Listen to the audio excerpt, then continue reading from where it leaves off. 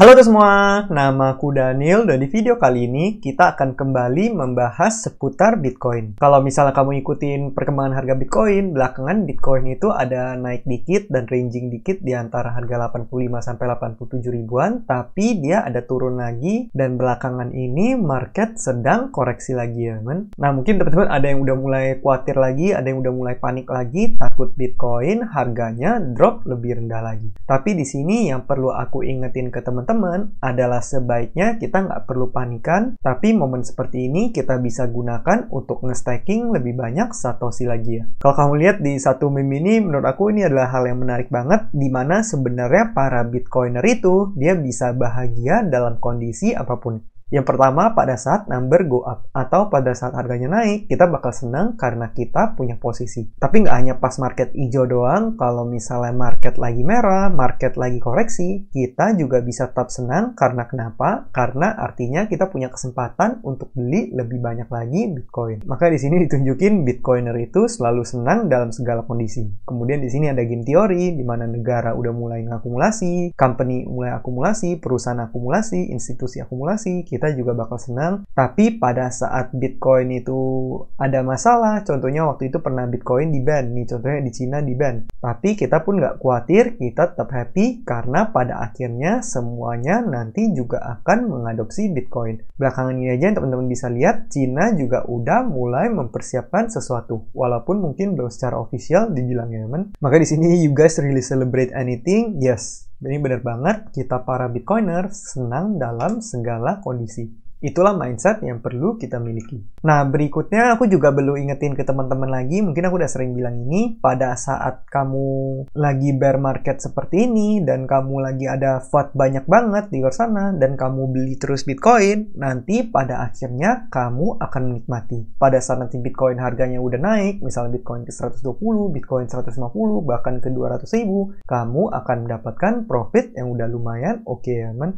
Tapi di saat kamu udah mendapatkan profit, nanti orang-orang di luar sana pasti banyak yang bilang kamu cuma beruntung. Padahal mereka nggak tahu apa yang sudah kamu lalui selama ini, gimana kamu udah ngeluangin waktu banyak banget buat belajar, gimana kamu udah ngelalui berbagai macam koreksi di market, berbagai macam crash, tapi kamu tetap hodl karena kamu tetap stick pada prinsipmu dan pada akhirnya kamu sendiri yang nanti mencapai profitnya. Dan itu adalah hal yang wajar banget karena semua orang nggak ngerti sama konsep Bitcoin ini. Nah, berikutnya nih satu berita yang menarik lagi, ada satu lagi yang mulai juga mau mengadopsi Bitcoin. Kalau kamu bisa lihat, di sini GameStop breaking GameStop GME, ini tickernya ya, men, to raise 1.3 billion to buy Bitcoin. Ini kalau misal kamu lihat suratnya, ini ada press release-nya, GameStop announce proposed private offering 1.3 billion of convertible senior notes. Jadi seperti yang dilakukan oleh MSTR, di mana mereka akan menjual convertible note, kemudian uangnya akan digunakan untuk membeli Bitcoin. Dan ini juga 1,3 billion, dan setahu aku kalau nggak salah GameStop itu masih punya cadangan cash yang lumayan besar. Kalau nggak salah mereka punya 4 atau 5 billion dolar ya, men. Bayangin kalau misalnya ada dipakai 5 billion dolar, kemudian ditambah lagi ini 1,3 billion dolar, itu mereka punya 6 billion dolar digunakan untuk membeli Bitcoin, bisa beli 60 sampai 70 ribu Bitcoin.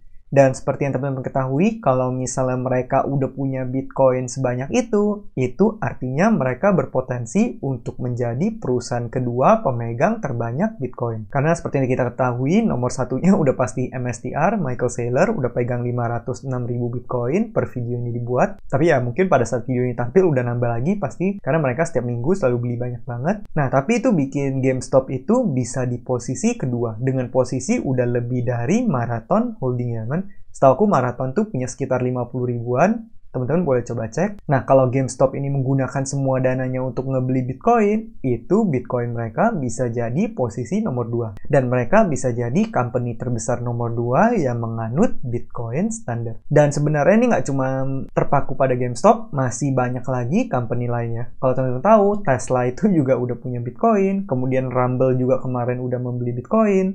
Yang dari Jepang itu Meta Planet terus membeli Bitcoin juga. Kamu boleh cek aja Bitcoin Treasuries, itu udah banyak banget company yang mulai nge-staking Bitcoin. Makanya kalau kamu lihat di sini, ini meme-nya GameStop right now. Mereka udah mulai serius ya, men. Mereka udah mulai let the game begin. Kita tunggu aja perkembangannya, tapi aku cukup optimis GameStop itu cepat atau lambat pasti akan mulai ngakumulasin juga. Jadi pertanyaannya bukan mereka akan beli Bitcoin atau enggak, tapi cuma pertanyaannya adalah berapa banyak yang mereka bakal beli. Satu persatu company mulai nambah terus Bitcoin mereka ya kan. Nah berikutnya ini juga hal yang menarik banget dari Cointelegraph. Bullish Bernstein Analyst predict strategies Bitcoin holding could double to 1 million Bitcoin in a bull case scenario and expect Bitcoin to hit 200k by the end of 2025, 500k by 2029, and 1 million by 2033. Jadi di sini kalau misalnya skenario bullishnya itu MSTR bisa terus membeli Bitcoin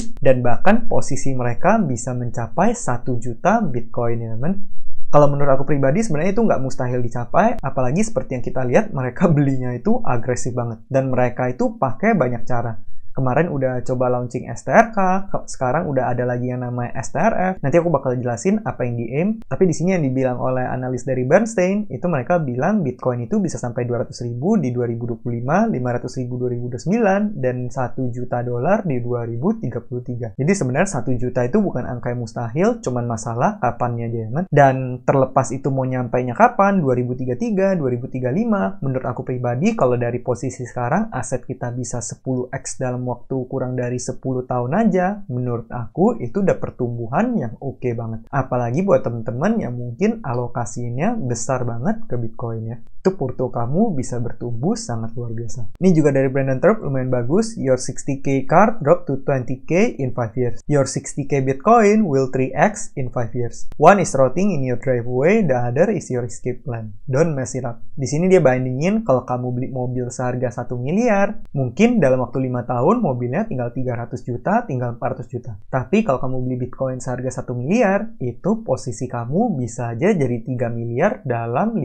tahun ke depan. Jadi bayangin orang semula punya portofolio sama, si A dia membeli mobil, mobilnya tinggal 400 juta, si B membeli Bitcoin, Bitcoinnya jadi 3M. Itu resultnya sangat berbeda 180 derajat. Itulah kenapa teman-teman boleh ambil kesimpulan kamu sendiri dan kamu kelola uang kamu dengan bijak. Kalau aku pribadi, aku akan memilih untuk nambah terus posisi Bitcoinku dan nggak beli hal-hal yang nggak penting menurutku. Ya mungkin berbeda cerita kalau mobilnya emang kamu pakai buat bisnis, emang buat keperluan keluarga, atau keperluan kerja, transportasi, dan sebagainya, ya itu kembali lagi sesuaikan sama kebutuhan kamu ya. Coba kalau aku pribadi, aku lebih suka untuk membeli aset. Nah ini yang tadi aku bilang ya teman, sebenarnya Michael Saylor itu udah punya STRK lagi, itu produk baru dari MSTR, di mana kali ini yang ditarget itu adalah bond market. Di sini kamu bisa lihat Michael Saylor, there's 300 trillion in the fixed income market and I want 1% of it. That would be $3 trillion.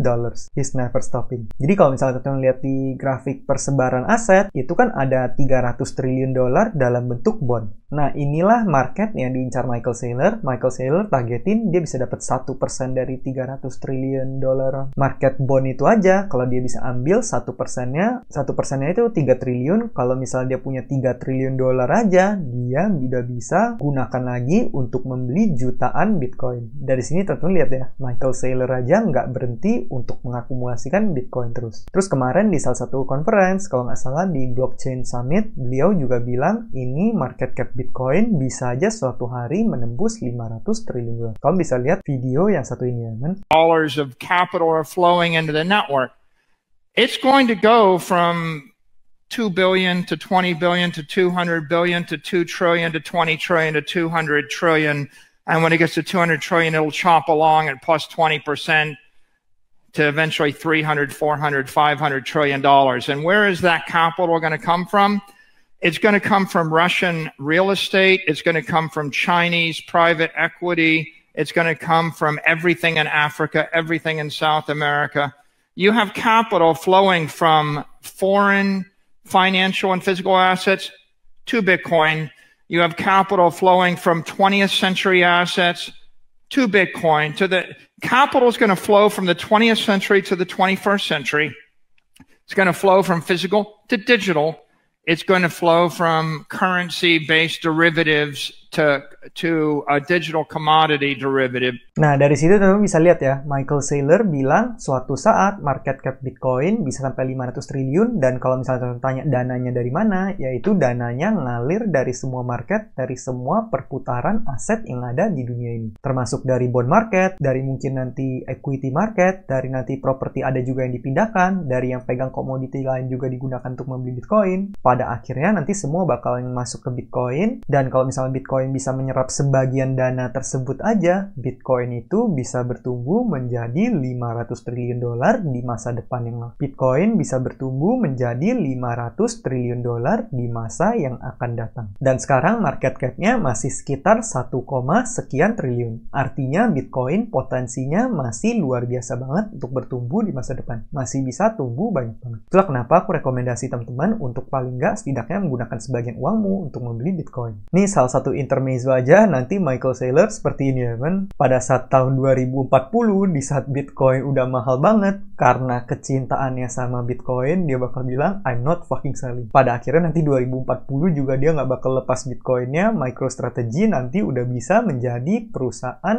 top dunia kan. Aku udah gak kaget lagi kalau di 2040 mereka udah jadi multi-trillion dollar company. Berikutnya nih buat penutup aja, buat teman-teman semua yang lagi berusaha untuk nge-stack Bitcoin, kamu harus semangat terus. Kamu yang penting mulai dulu aja berapapun itu. Nggak apa-apa kalau misalnya kamu mulai dari kecil. Kamu bisa baca nih, make your initial stacking goal of 0.001 Bitcoin, kemudian jadi 0,01 Bitcoin, kemudian jadi 0,1 Bitcoin, dan pada akhirnya nanti menyentuh 1 Bitcoin seperti yang aku rekomendasikan. Dan pada akhirnya nanti kamu akan mencapai kebebasan finansialmu ya man. Maka dari itu pesan buat teman-teman semua, be humble and stack sats sebisa kamu dan berusaha sebaik mungkin. Kita manfaatkan Bitcoin Gold Rush yang bakal terjadi dari 2025 sampai 2035 ini untuk menumbuhkan portofolio kita secara maksimal. Nah, mungkin sekian aja pembahasan kita pada video kali ini. Semoga video ini bermanfaat, dan akhir kata jangan lupa untuk selalu invest in yourself. Sampai jumpa di video berikutnya. Bye!